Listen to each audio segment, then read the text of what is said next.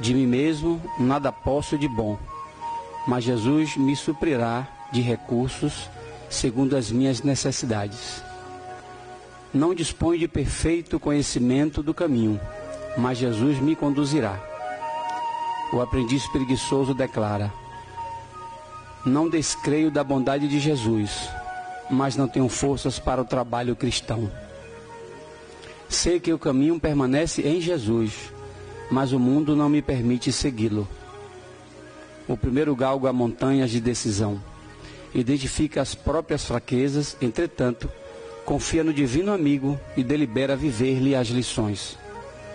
O segundo estima descanso no vale fundo da experiência inferior.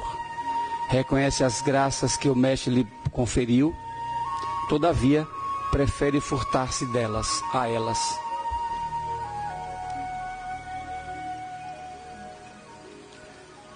O primeiro fixou a mente na luz divina e segue adiante. O segundo parou o pensamento nas próprias limitações. O mas é a conjunção que, nos processos verbalistas, habitualmente nos define a posição íntima perante o Evangelho. Colocada à frente do santo nome, exprime-nos a firmeza e a confiança, a fé e o valor. Contudo, localizada depois dele, situa-nos a indecisão e a ociosidade, a impenetrabilidade e a indiferença. 3 letras apenas denunciam-nos o rumo. Assim recomenda meus princípios, mas Jesus pede outra coisa. Assim aconselha Jesus, mas não posso fazê-lo. Por meio de uma palavra pequena e simples, fazemos a profissão de fé ou a confissão de ineficiência. Lembramos-nos de que Paulo de Tarso, não obstante apedrejado e perseguido, conseguiu afirmar vitorioso aos filipenses: tudo posso naquele que me fortalece. Do livro Pão Nosso, psicografia de Chico Xavier, Espírito Emmanuel.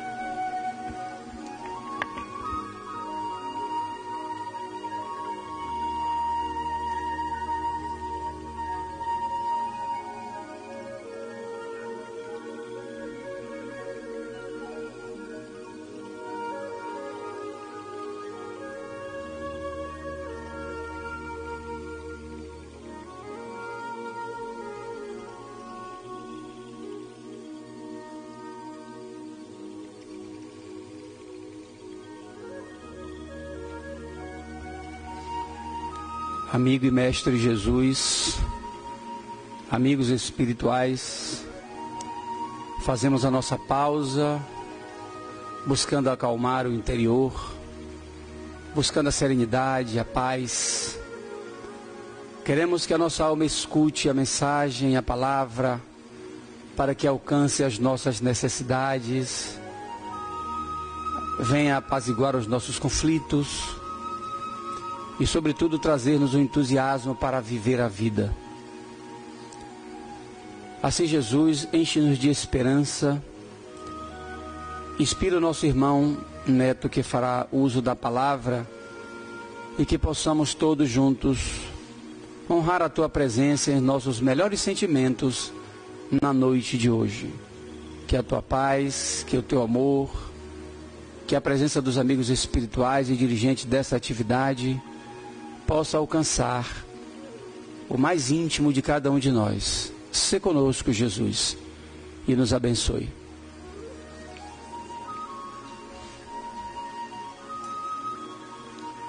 E conosco, mais uma vez, nosso amigo Neto, que vai falar de um tema que eu não sei qual é o tema. É livre hoje?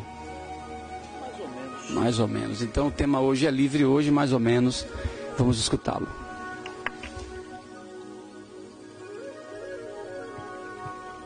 Boa noite a todos.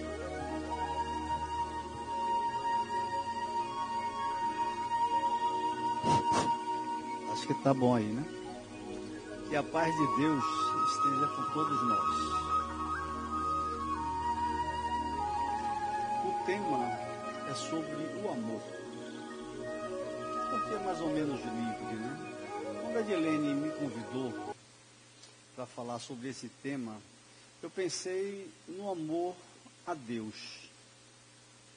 Por que eu pensei no amor a Deus? Primeiro eu pensei no Cristo, depois eu pensei em algumas passagens do Cristo, depois eu pensei em alguns grandes santos e gurus da humanidade, e aí eu disse, eu acho que eu vou falar sobre o amor e o amor a Deus. Existe uma passagem no Evangelho que é muito curiosa, é uma passagem que é escrita por Lucas. E Lucas é um dos apóstolos mais interessantes, porque ele é um evangelista que não conheceu Jesus. Lucas era médico de profissão, ele era pintor, e ele viajava quando conheceu Paulo de Tarso e fizeram uma grande amizade.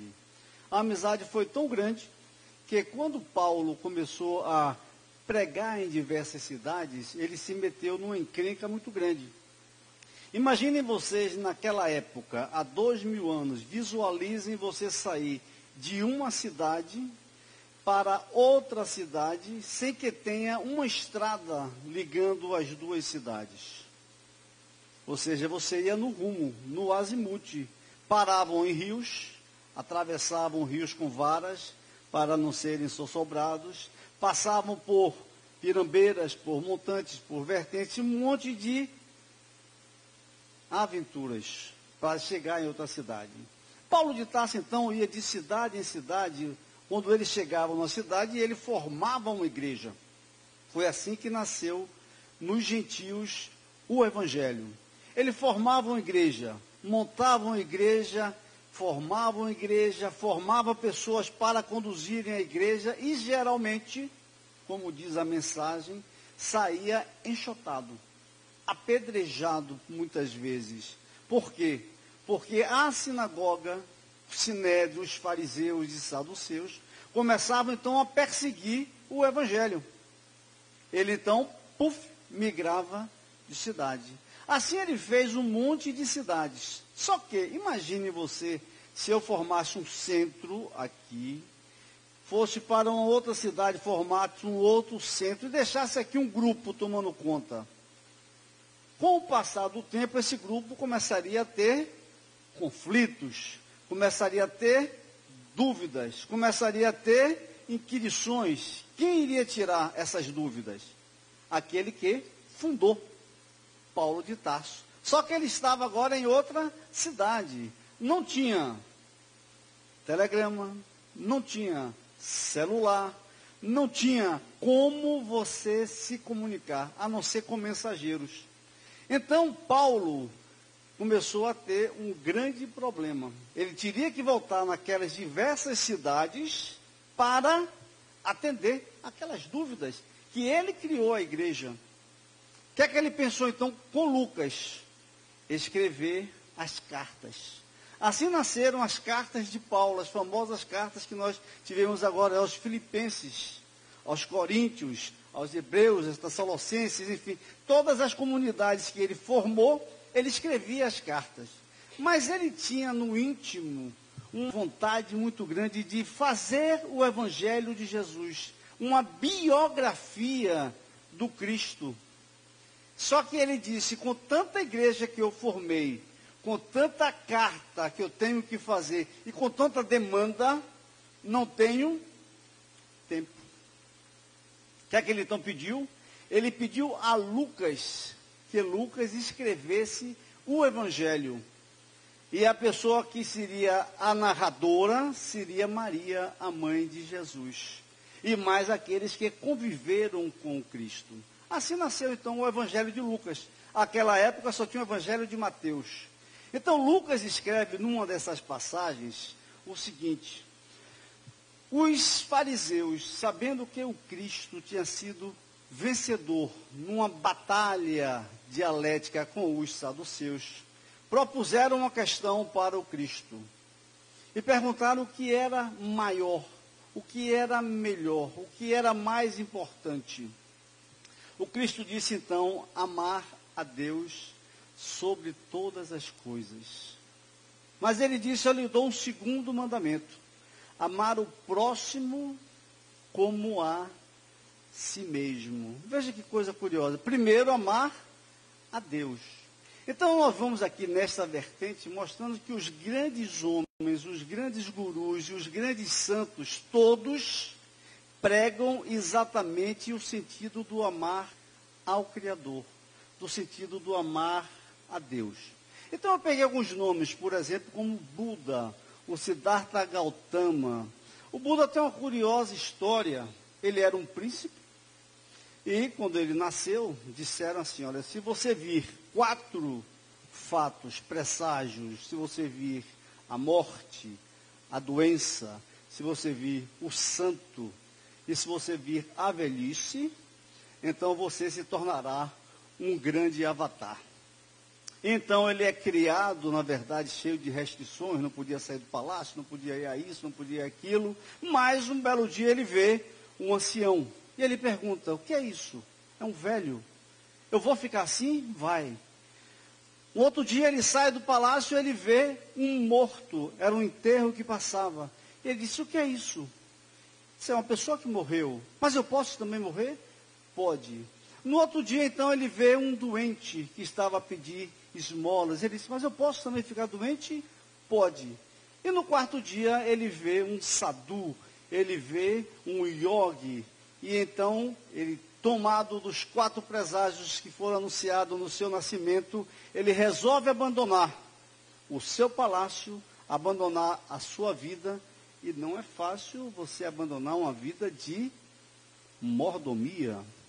Era uma vida de príncipe, né?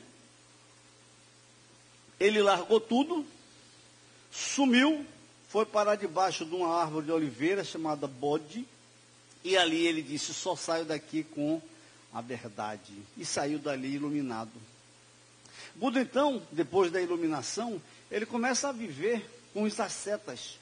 Ele se reúne com vários ascetas para mortificarem o corpo, para macerarem o seu corpo. Diz que todos faziam regime, faziam dietas, e quando eles faziam jejuns, eram dias de jejuns. Que Buda dizia, quando eu toco o meu estômago, eu sinto a minha espinha. E ali nas macerações, ele então, dizem que viu um violeiro, que passava no rio, e ele ensinava ao outro como afinar uma viola. E dizia, se você esticar muito a corda, ela parte. Se você deixar a corda muito frouxa, ela não toca. Então você tem que deixá-la afinada. E ele disse, esse é o caminho do meio. Então ele saiu, teve as 4 nobres verdades milenares, e então o Buda saiu a ensinar. A sua história é muito curiosa porque existe uma palavra no budismo que é talvez o que mais expressa o budismo, chamado compaixão. E a compaixão é exatamente o amor em essência, onde você vê o outro como extensão de si mesmo e os dois como uniformidade com Deus. Dizem que Buda passeava com seus discípulos quando de repente chegou um demônio e disse, eu vou lhe matar hoje. E ele disse, você não vai me matar porque eu tenho só amor por você. E esse demônio se transforma numa pomba e sai voando. Tem um monte de história muito bacana no Buda. Mas o budismo então vem revertido de dizendo o seguinte, olha, nós temos que ter essa compaixão. Nós temos que ter amor ao nosso semelhante. E nós temos que ter essa ligação direta com Deus. Buda lhe diz assim, o que é que prende o homem? O que é que nos impede do nosso crescimento espiritual? Ele diz 2 coisas, a posse e o desejo. Vocês já viram como é difícil nós nos livrarmos das posses? Não é verdade? Meu carro, minha casa, meu celular, meu centro espírita, meu grupo de estudos, tudo é meu. Tudo é meu. Nada é de mais ninguém. Então, a posse nos aprisiona. E o desejo, pior ainda. Porque nós temos desejo de coisas. Nós temos desejo do que nós não temos. Nós temos um grande vazio. Mas esse vazio, ele deve ser tomado, na verdade, por Deus. Isso seria, assim, o mais indicado. Então, o budismo, ele nos diz, se você se livra do desejo e da posse, você rompe o ciclo da ilusão e você vê Deus. Nós não podemos colocar nunca Deus, que é o nosso Criador, e nós, como criaturas de Deus, distantes. Imagine você dizer assim, vou agora pensar em Deus, onde estará Deus, né? Aí você diz, Deus deve estar no fim do universo. O fim do universo é longe, né? Porque Deus está em nós próprios, nós somos a essência dele. Então, quando você fala em amor a Deus, você tem o primeiro conceito espírita, que é Deus. O segundo conceito espírita, que é o Espírito. Se nós nos entendemos Espírito, que tudo é criação de Deus, nós temos uma ligação muito forte com a divindade. E nós manifestamos, então, mais firmemente e mais facilmente este amor. Um outro grande mestre que manifestava, saindo do budismo para o hinduísmo, era o mestre do Yogananda, o Lahiri Mahashaya. Ele era uma pessoa tão divina, ele era uma pessoa tão interessante, que ele pediu autorização ao seu mestre para ensinar Kriya Yoga à humanidade, como um caminho para tirar a humanidade das trevas, rompendo Maya, rompendo a ilusão. E ele era muito curioso, porque imagine um mestre que tinha uma família. Ele tinha uma esposa e tinha filhos. Então, quando ele alcançou a iluminação, ele tinha agora as malas que o acompanhavam, né? E a esposa dele vivia atormentando ele. Você tem que trabalhar. E ele passava, às vezes, dias em meditação. E a esposa disse, como é que nós vamos viver? Como é que nós vamos manter a casa? Como é que nós vamos comprar as coisas? Como é que nós vamos isso? Como é que nós vamos fazer aquilo? E ele disse que vivia angustiado com isso. Quem mantinha a sua casa eram os seus discípulos, que todos os meses entregavam alguma coisa. Um belo dia, a mulher realmente encheu o saco e disse, hoje eu vou tirar isso aqui a limpo. Ele estava meditando no seu quarto e ela entrou, quase arrombando a porta. Só que quando ele entrou no quarto, ele estava a 3 metros de altura, em lótus levitando. Aí ela parou, viu aquele quadro estarrecedor, ajoelhou-se e pediu para ser discípula dele. Era um homem curioso, porque ele é um homem de vários corpos. Ele meditava com os seus discípulos e de manhã vinham vários camponeses agradecer as curas que ele tinha feito durante a noite. Ou seja, ele se deslocava, feito Santo Pio, não sei se vocês conhecem a história, feito Santo Agostinho, tinha o fenômeno de bilocação. Ele estava aqui sentado, se deslocava, materializando-se em outro local, fazia a cura e retornava. Então são santos que ensinavam, na verdade, que nós temos que nos apaixonar pela divindade. Tudo leva a Deus. A grande maioria das religiões tratam sempre Deus no seu aspecto trino. Na quinta-feira passada, Luciano falou um pouco aqui do Bhagavad Gita. Ele citou uma passant. E o Bhagavad Gita é o livro, a Bhagavad Gita significa a canção do divino, né? A sublime canção. É uma história, na verdade, inserida num grande livro, que é o Mahabharata. Esse livro, Bharata, significa Índia. Maha, grande, seria a grande Índia.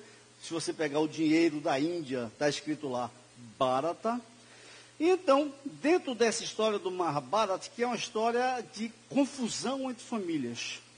É um conto que começa um reino que é dividido em 2 filhos. Um tinha 5 netos, o outro tinha 100 netos. Dentro desse reino, aquele que tinha 100 netos, eles usurpam o trono legítimo daqueles que tinham 5 netos. Aqueles que tinham 5 netos são os Pandavas. Os que tinham 100 netos são os Kuradas. Então, há uma guerra instalada porque ninguém quer ceder a cidade.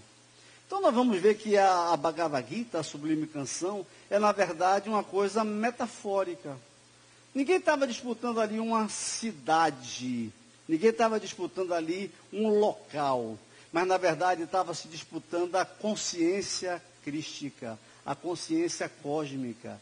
Foi uma guerra que os dois chegaram a burlar. Os Pandavas eram boas pessoas, os Kauravas não, eles eram a podridão que nós temos dentro de nós próprios, né? Eles roubavam, eles mentiam, eles fingiam, ele era tudo que nós temos nos nossos monstros internos, eram eles. Então, para vocês terem uma ideia, como eles perderam a cidade, eles jogaram no dado. Só que o dado que eles levaram era um dado viciado, ou seja, foi um roubo que levaram eles. Quando os Pandavas resolveram voltar e disseram assim, queremos a nossa cidade, não houve paz, não houve diálogo. E Krishna então disse, só há um movimento a ser feito, que é a guerra. Então instala-se a guerra e o discípulo de Krishna, o Arjuna, ele na verdade tem a opção de escolher ou o exército de Krishna com 100 mil homens, 10 mil elefantes, ou a companhia do Krishna. Ele escolhe e aí começa a batalha. Mas é curioso que ele vai ao centro da batalha e diz assim, eu quero ver com quem eu vou gladiar. E ele era um exímio arqueiro. E ele diz, como eu posso guerrear se eu estou vendo ali o meu pai, o meu avô, os meus primos, os meus antepassados, os meus gurus, como eu posso matá-los?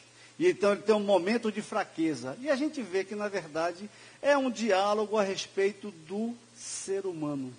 Nós pegamos ali claramente o quaternário inferior, o corpo, a mente, as sensações e as emoções, são os Kauravas.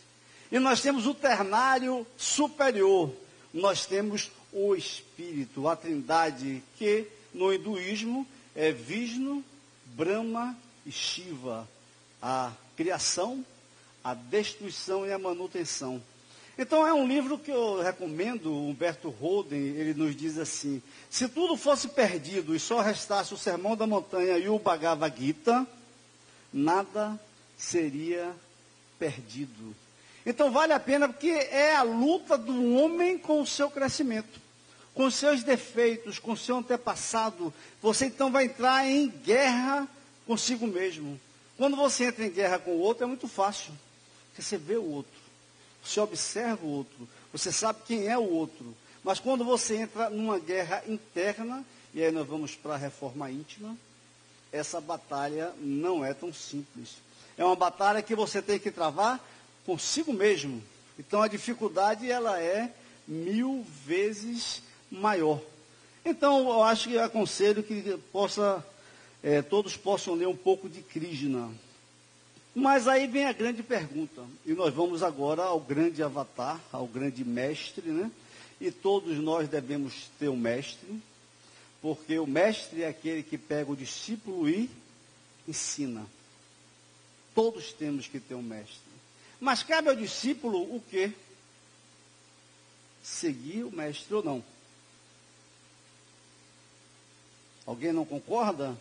Se eu elejo um mestre e ele me ensina, eu tenho que fazer o que ele está ensinando. Não é assim? Então, se eu vou a um ashram e eu tenho ali um guru, o que ele me disser, eu repito. Se eu tenho um grupo, e esse grupo tem uma orientação, a orientação dos bons espíritos deve ser seguida. Então, vejam, nós temos um grande mestre. E aí nós vamos falar um pouquinho do Cristo. O Cristo, ele tem a seu favor os santos. Os santos são muitos, né? Então, quando falou aqui, eu gostei muito do Paulo de Tarso, A vida de Paulo de Tarso é uma vida muito interessante, que ele é uma pessoa extremamente rígida. Extremamente rígida, né? Então, quando ele começou a perseguição aos cristãos, e cristão é um termo criado por Lucas, o próprio evangelista que nós começamos o nosso bate-papo, quando ele começou essa perseguição, ele começou pelo amor a Moisés. Ele era um hebreu, então o hebreu seguia o judaísmo. O que é que mais incomodava naquela época o judaísmo? Quando alguém dizia que o Cristo era muito maior do que Moisés. Que Moisés era a lei, mas o Cristo veio ratificar essa lei, modificando um monte de coisa. As pessoas não aceitavam. E então Paulo de Tarso, dentro do seu rigorismo, dentro do seu rigor, ele não aceitou. Por isso ele começou a perseguir os cristãos. Matou muita gente. Torturou muita gente. Muita gente, em nome de Paulo de Tarso e do Sinésio, foi morta. Os cristãos, eles sofreram bastante, né? É claro que naquela época, eu não sei se vocês sabem, né? Vou só fazer um parêntese, quando Nero quis reformar Roma, o que é que ele decidiu fazer dentro daquela cabeça doente, né? Porque ele era doente, ele era um homem completamente louco, um homem que abre a própria mãe para saber de onde ele saiu. Então ele matou a sua mãe, rasgando-a, para saber de onde ele tinha vindo. Então uma pessoa dessa, ela não tem um bom senso, né? Então Nero resolveu queimar alguns prédios para renová-los em Roma. Só que o fogo que ele botou tomou uma dimensão que ele não acreditou e queimou Roma quase toda. O que é que ele disse? Vamos culpar os cristãos. Achou um bode expiatório. E então pegou os cristãos como bode expiatório e disse, foram eles que queimaram Roma. A grande perseguição do tempo de Nero se deu a esse fato. E ali muita gente morreu sem ser cristão. Por quê? Imagine que eu sou uma autoridade. Tem uma perseguição aqui aos cristãos. E eu não gosto de você. O que é que eu faço? Ela é cristã. Tiro tudo dela, prendo ela. Então muita gente ali foi para as feras, né? Foram ser comidas, enforcadas, etc, etc, sem ser cristãos. Agora, a grande maioria tinha um grande problema dos cristãos. Quanto mais você hoje matava, mais apareciam cristãos. E aí nós vamos voltar de novo a falar do mestre. Quando você tem um mestre, você deve seguir esse mestre. E aí vem a grande pergunta que eu faço aqui: por que nós demoramos tanto a crescer? Os espíritas, cientes da reencarnação, cientes da evolução, cientes da lei de causa e de efeito, às vezes eles se acostumam naquele lugar e não saem dali. Ou seja, diz assim, se existem outras encarnações, para que a pressa? Não é verdade? Eu vou evoluindo aos poucos, no banho-maria, né? Não preciso essa pressa toda, né? Para que essa agonia de crescer? E os hindus chamam isso da roda de Sansara, né? Eu encarno, desencarno, encarno, desencarno, centenas de vezes e não saio do lugar. Por quê? Falta motivação. É disso que eu queria falar um pouquinho para vocês. A motivação é uma coisa que nem sempre é muito clara, né? Se você senta numa taxinha, você faz o quê? Se adapta, não é? Vira assim um pouquinho, a taxinha incomoda, mas não incomoda tanto. Agora, se você senta num grande prego, o que acontece? Você levanta no sentar. Sentou, levantou. Por quê? Você teve uma motivação. Nós estávamos comentando antes da palestra aqui sobre regimes, sobre dietas. E eu estava dizendo para a Luciana que eu sou uma verdadeira formiga, né? Então, Então, se tiver um pudim na geladeira, enquanto aquele danado não acabar, eu não sossego. Eu vou colher após colher até a destruição total daquela máquina de engordar. Por quê? Porque para mim eu não tenho uma grande motivação em não comê-lo. Percebem? Por que as pessoas não guardam dinheiro? Porque as pessoas preferem consumir, ao invés de guardar. Por que eu não emagreço? Porque eu digo, deixa eu comer meu pudim, né? Se eu comer meu pudim em paz, eu sou assim meio gordinho, tô lindo, né? Mamãe diz que eu sou lindo, então tá tudo uma maravilha.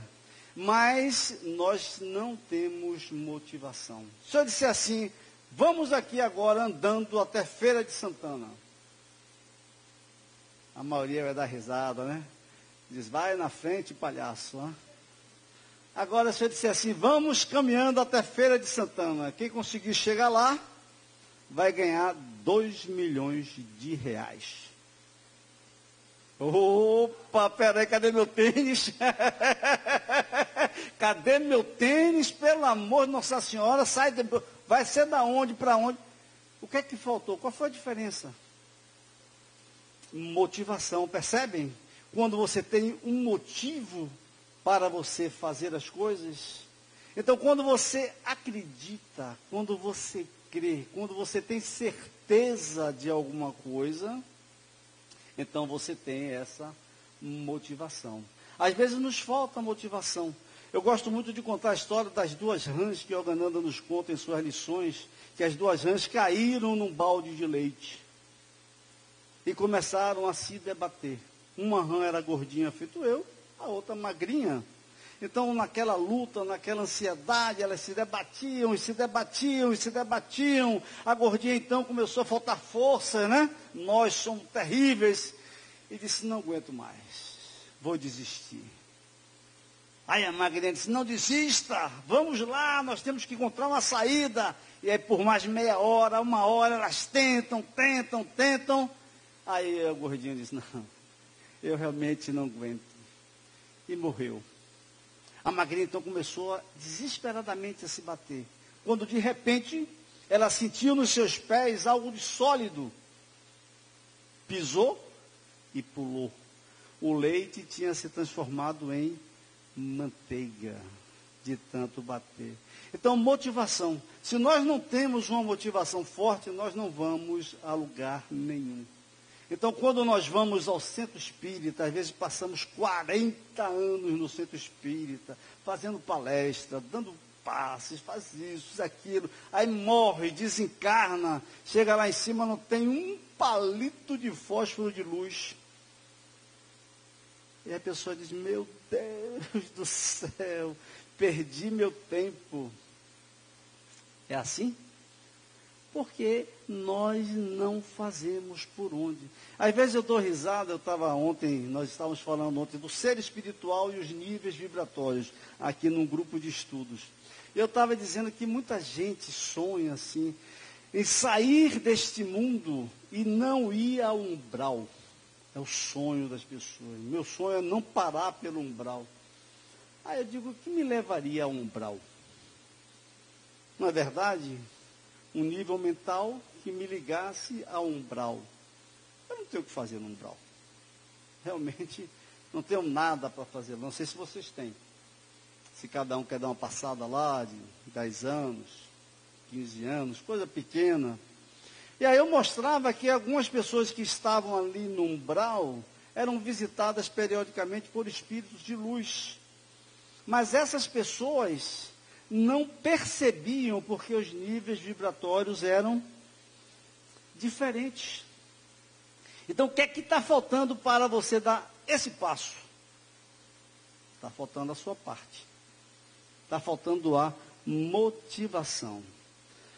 O Cristo tem uma passagem que eu acho assim maravilhosa, que são as bem-aventuranças. As bem-aventuranças, elas se jogam na nossa mente como um caminho para o aspirante espiritual, ou um caminho para Deus. Então nós só descobriremos Deus na nossa vida quando nós quisermos. Enquanto eu não quiser, eu vou viver essa vida de mediocridade, reencarnando e desencarnando. Eu não vou nunca subir, eu não vou nunca sair dessa mesmice. E ele diz assim, primeiro ponto, bem-aventurados os mendigos do Espírito. Olha que coisa curiosa. Vou abrir um parêntese e daqui a pouco nós vamos falar desses que mendigam o Espírito. O que seria isso? Patanjali, ele nos traz, ele é um sábio hindu, ele diz o seguinte, para você conseguir um estado de meditação, você tem que passar por 8 etapas. E ele chama essa etapa de ascensão do discípulo ou do ser espiritual. Para você encontrar a sua consciência cósmica, para você mergulhar no samadhi, no nirvana, para você se conectar a Deus. Primeiro, ele diz que nós temos que praticar o que ele chama de yama e niyama. Então ele chama de severas disciplinas.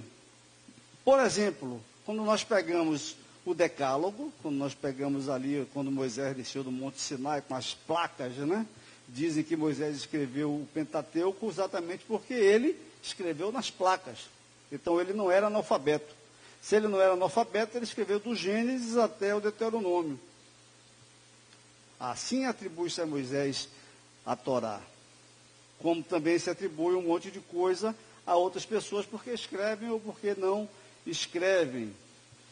Muito bem. Se nós temos as privações, se nós temos claramente o que você pode fazer ou não fazer, não roubar, não abastardar o sexo, não mentir é uma parada, né? Vamos combinar, não mentir não é fácil, ou é? E aí, Monel, vem ou não vem para o almoço? Rapaz, estou com uma dor de cabeça, que veio não sei da onde, mas tomou toda a minha cabeça e estou acabado, estou prostrado. Me livrei do compromisso que eu não queria. É mais fácil do que eu dizer, rapaz, não estou afim não, isso aí é um porre. Eu não estou afim desse barulho, eu não estou afim desse agito, não vou não. Isso agride um pouco a pessoa. Então, nós mentimos, às vezes por mentir. Simplesmente. E aí, pode fazer a palestra? Não, hoje eu tenho um grupo de estudo, não dá para ir de jeito nenhum.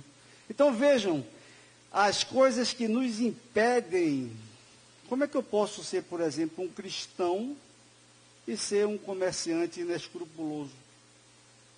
Como é que eu posso ser um cristão e ser um pai de família inadequado, que tem um amante que bate nos filhos? Uma coisa não combina com a outra. Então vejam que o Patanjali, ele diz assim, olha, para você começar, você tem que fazer uma série de abstenções.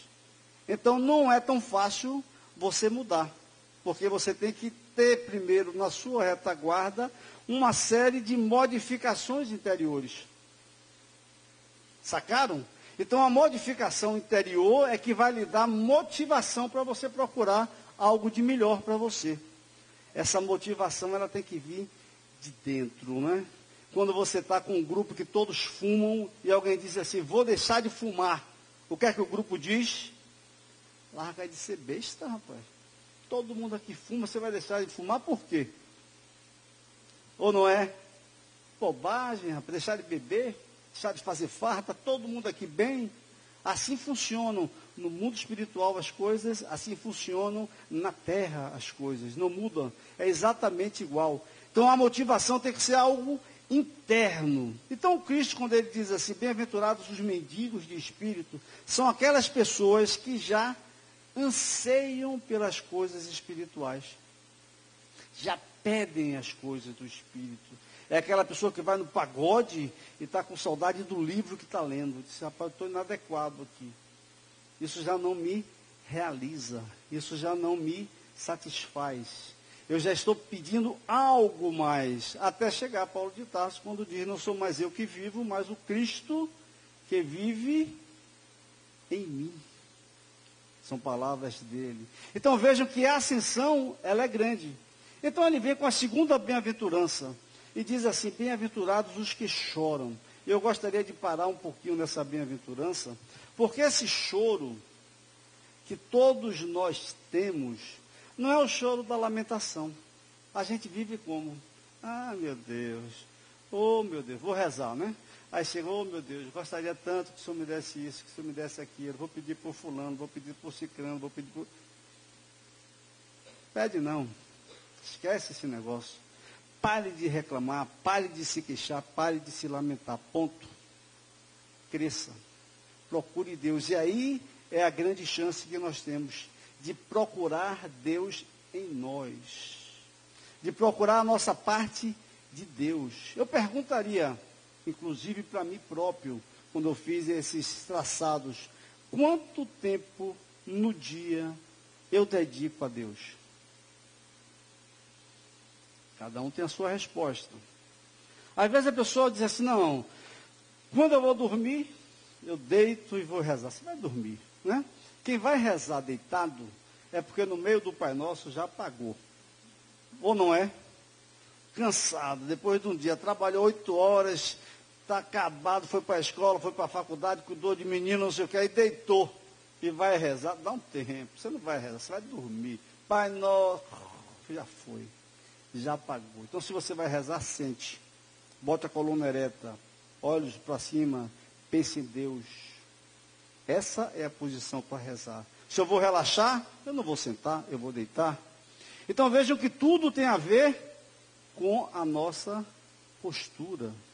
Então, bem-aventurados que choram, não são aqueles que choram porque perderam a loteria esportiva, ou porque perderam um parente, ou porque não ganharam um emprego. Não, são aqueles que choram porque querem as coisas do Espírito, mas não conseguem. Esse é o choro da bem-aventurança. E esse choro é muito interessante. Tem uma passagem do Prabhavananda, no Sermão da Montanha, segundo o Vedanta, onde ele diz o seguinte, ele pega um discípulo, e o discípulo diz assim, mestre, eu queria ver Deus. Eu queria sentir essa sensação de ver Deus. E a gente vê, na verdade, quando a gente lê, aquelas pessoas que veem Deus, que são os santos, que são, como diz o Arjuna com o Krishna, né? De 1000, um me busca. De 1000 que me busca, um me encontra. Ou seja, a cada 1 milhão, um. Nós somos 7 bilhões, então nós somos 7.000 santos nessa terra. Está lá no Bhagavad Gita. De 1000, um me busca. De 1000 que me busca, um me encontra. É 1 milhão. 1 em 1 milhão. Ou seja, 7.000 nessa terra de 7 bilhões. Cada um, então, escolha aonde vai ficar. Então vejam, ser santo não é tão fácil. Mas o discípulo disse, mestre, eu quero ver Deus, eu quero sentir Deus. Eu quero ver esse amor pela Mãe Divina. Então o mestre pega ele, leva a um lago, pega a cabeça dele e mergulha a cabeça dele. Alguém aqui já tomou um caldo? Horrível, né? Você quer respirar e o mestre segurando a sua cabeça. E o mestre segurando a cabeça. Quando ele pensou que ele ia morrer, o mestre suspendeu ele. E o mestre disse, o que você pensou quando a sua cabeça estava lá? Ele disse, eu só queria respirar. E ele disse, quando você tiver essa sensação por Deus, então você vai encontrá-lo. Isso me lembra muito o livro dos Espíritos, que diz assim, por que os bons espíritos, os anjos da guarda, nos abandonam? Os espíritos são catedráticos, eles nunca nos abandonam. Nós é que os abandonamos. Se lembra quando eu falei do umbral, que a pessoa está ali, vem espíritos celestes, e a pessoa não nota? Porque eles descem ao nosso nível, mas nós temos que subir um pouco o nosso nível mental. Não adianta só querer, né? Ficar sentada, Deus me ajude. Ajudar o quê, rapaz? Para com isso, né? Vá ser devoto, vá procurar Deus. Não fique churumingando. Essa coisa de churumingar é que mata o discípulo. Porque você churuminga e não faz absolutamente nada. Se lembram da roda de Sansara? Encarna, reencarna, encarna, reencarna. O senhor que estou dizendo é Buda. E você vive eternamente dentro disso daí. Então, quando você chora, você tem que querer alguma coisa. Um homem chegou e perguntou ao mestre: mestre, me aceite como seu discípulo. Quantas vezes nós pedimos isso ao Cristo, né? Não é verdade? Jesus, né? Estou aqui, Senhor, me aceite, né? Estou aqui, Senhor, para te louvar. Estou aqui, Senhor, para me entregar, como Maria, Senhor, eis aqui a serva do Senhor. Ou como Paulo de Tarso, à porta de Damasco: Senhor, o que queres que eu faça? Vejam a obediência dessas grandes almas. Ou como Madre Teresa de Calcutá, que estava dando banho nos seus doentes, quando ela estava limpando o bumbum de um deles, uma repórter disse: Madre, eu não faria isso por dinheiro nenhum. E ela disse: nem eu, minha filha, nem eu, é por Deus. Percebe a diferença entre os homens, os 7.000 e os outros? Eu não faria isso por dinheiro nenhum, madre, nem eu. Então, é muito diferente. Por que Paulo de Tarso, na hora que o homem pegou a sua espada, tremeu? Ele olhou e disse: homem, cumpre o teu dever. Ele podia ter negociado, não é verdade? Se é um de nós, espera aí, rapaz, para com isso, esse negócio de espada, isso não vai levar ninguém para o céu, né? Deixa isso daí e vai embora. O que é que o Cristo, o que é que Judas queria do Cristo, né? Senão que ele pegasse todos os seus anjos e dominasse todo aquele cenário. Entrega então o Cristo, e o Cristo disse: chegada a minha hora. E se entrega pela humanidade. Isso é o amor a Deus. Isso é o amor a Deus. Então eu concluiria só com esse caso que eu comecei, do cidadão que chega e diz: eu queria ser seu discípulo, mestre. Ele olha o mestre e diz: meu Deus do céu, é cada coisa que me aparece aqui, né? Ele disse: você sabe o que é que faz o meu discípulo? Ele disse: não, me explique. Ele disse: o meu discípulo passa minha roupa, lava minha roupa, cozinha a minha comida, lava todo o meu asram. Nas horas vagas pega água a 3 quilômetros de distância, água fresca para que eu possa beber. E depois de tudo isso, ele tem que reservar todas as suas horas extras para meditar. Ele pensou e disse: rapaz, o negócio aqui não é fácil, né? Disse: e o que é que faz o mestre? Ele disse: o mestre fica no seu cantinho, recatado, ensinando aos discípulos a percepção de Deus. O que é que ele disse? Dá para me ensinar a ser mestre? Todo mundo quer ser santo, ou não é? Quem não quer? Eu queria tanto ter a evolução de Chico Xavier, queria tanto ter a evolução de Divaldo, queria ser uma Madre Teresa de Calcutá, queria ser um São Pio, queria ser como Paulo de Tarso. Quem quer pagar o preço? Percebe onde é que nós fomos ver a motivação? Se eu não tenho motivação, eu não transformo a minha vida. O que é que Santo Agostinho fazia? Está lá na pergunta 919 do Livro dos Espíritos. Todos os dias, ao dormir, eu parava e analisava todo o meu dia. E via o que eu fiz de bom, o que eu não fiz de bom, o que eu deixei de fazer. Gente, o que eu deixei de fazer é fantástico. Porque nós deixamos de fazer tanta coisa. Nós, às vezes, vamos fazer caridade longe da nossa casa. Quando na nossa casa nós vivemos como verdadeiros selvagens, inimigos, irmãos, pai com filho, filho com pai, marido com mulher. Eu não lhe suporto, vamos traçar uma linha, imaginou aqui, você vive lá, eu vivo cá. E aí nós vamos ver, cadê o amor? Cadê a transformação? Olha a Madre Teresa de Calcutá, não faria isso por dinheiro nenhum. Ela disse: eu também não, é por ti, Senhor. Percebem como é importante nós entendermos Deus dentro de nós próprios? E como é importante nós desenvolvermos esse amor a Deus. Então, quando na primeira hora eu falei, primeiro, Deus. Amar a Deus sobre todas as coisas. Segundo, ao próximo como a ti mesmo. Eu tenho que me amar para amar o próximo.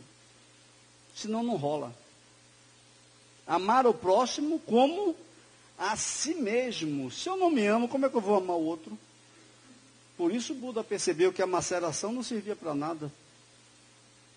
Por isso ele percebeu que com aqueles ascetas, ele não iria para lugar nenhum. Então não adianta mortificações, não adianta jejum. Então me deixe com o meu pudim. Não adianta nada disso. Essas coisas que nós vamos controlar e nós vamos então crescer com... Não, ninguém vai crescer com isso. Você só vai crescer com a graça de Deus. Você vai se esforçar para encontrar a Deus. Não existe outra maneira. Ah, não, eu vou me esforçar, eu vou ler. Eu já li mais de 200, sei lá. Vamos botar aí uns 4, 5 mil livros. Ainda estou aqui. Nesse mesmo nível que vocês estão vendo. Nesse mesmo nível. Ah, você está se esforçando pouco. Eu digo, meu compadre, não é tão simples. Por quê? Porque falta motivação. E a pergunta que eu fiz há 10 minutos atrás, eu repito para encerrar aqui a nossa conversa. Quanto tempo da minha vida, do meu dia, eu dedico a Deus? Essa é a pergunta que cada um tem que levar para casa e pensar. E pensar um pouco sobre o que eu estou fazendo da minha própria vida. Será que eu vim aqui para levantar às 6 horas, sair correndo para o trabalho, deixar o menino na escola, trabalhar, voltar, fazer isso, fazer aquilo, ir para a faculdade, por cento, voltar e dormir. E no outro dia, a mesma rotina. E aí a gente desencarna, né? Pá! Deu boixá, no auge desencarnou. No outro dia, Bibi Ferreira, já passou do auge, né? 90 e tantos, estava nas horas extras. Mas vejam, são tantas pessoas que todos os dias estão voltando. Estão voltando à casa do Pai. Nós temos que estar preparados. Qual o melhor dia para morrer?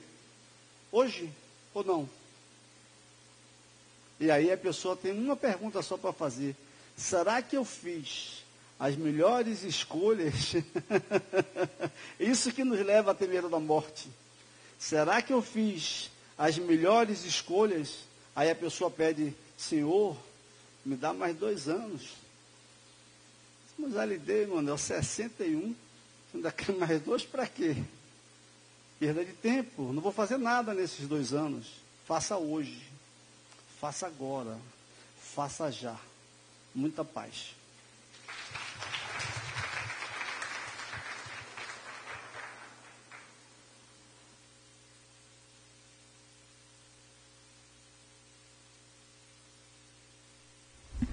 Obrigado, meu amigo. Bom, vamos ao sorteio do livro. Segurei, Neto. Tira o número aí. 51. Número 51. Número 51 é Márcio Acioli. Entrega ele aí. Aí mesmo, Neto, porque a moça está filmando ali, tem que aparecer, tem um esquema aí.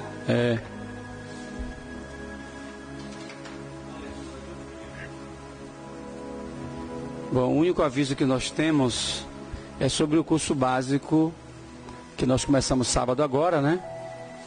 E as pessoas que queiram entrar, podem entrar até a 4ª aula. É o único aviso que nós temos hoje. Então, sugiro que vocês divulguem, se puderem, aqueles que já fizeram o curso básico e conhecem o Espiritismo, e divulguem lá nos seus condomínios, nas suas redes sociais, sobre essa atividade que a gente desenvolve aqui aos sábados de 15 às 18. Ok? E vamos orar.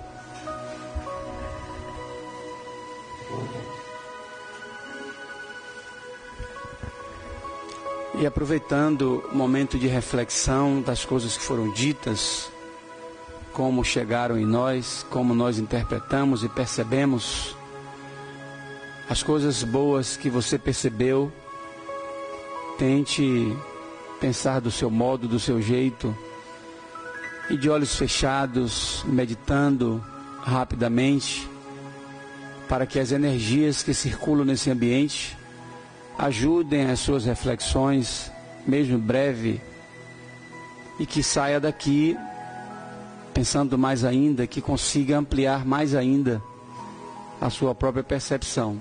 Pedimos aos médiuns que se distribuam no salão para o passe coletivo e nós continuemos de olhos fechados, receptivos às energias dos médiuns, assim bem como a energia dos espíritos amigos que estão conosco, que nos trazem energias de refazimento e paz,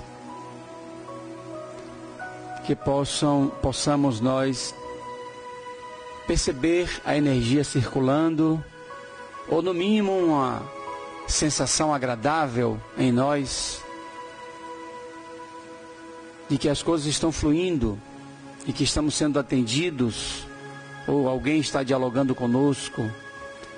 Podemos trazer para aqui os nossos problemas, as nossas dificuldades, as nossas dores, dividir com o espírito que está ao seu lado, que pode ser um parente, pode ser um amigo espiritual, alguém que você não lembra, não conhece ou não reconhece, até porque está desencarnado.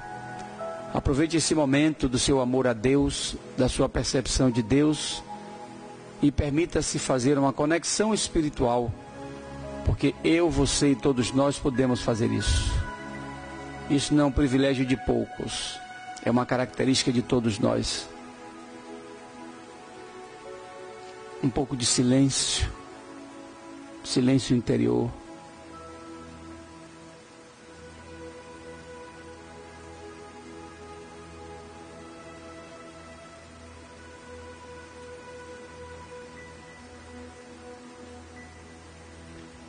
Senhor e Mestre Jesus, agradecemos a oportunidade do convívio, agradecemos a oportunidade dos esclarecimentos e, sobretudo, das reflexões profundas que podemos fazer sobre nós, sobre nossa vida, sobre nossa caminhada e as nossas escolhas. Permita-nos estar em paz, permita-nos voltar aos nossos lares nesse clima de amor, de satisfação e de enriquecimento espiritual, e que aqueles que lá se encontram, nossos parentes, amigos e até mesmo aqueles que não gostam de nós, recebam as nossas melhores vibrações. Que o Senhor Jesus seja conosco hoje, agora e sempre. E as pessoas que vão tomar passe individual podem fazer a fila no corredor para tomar os seus passes.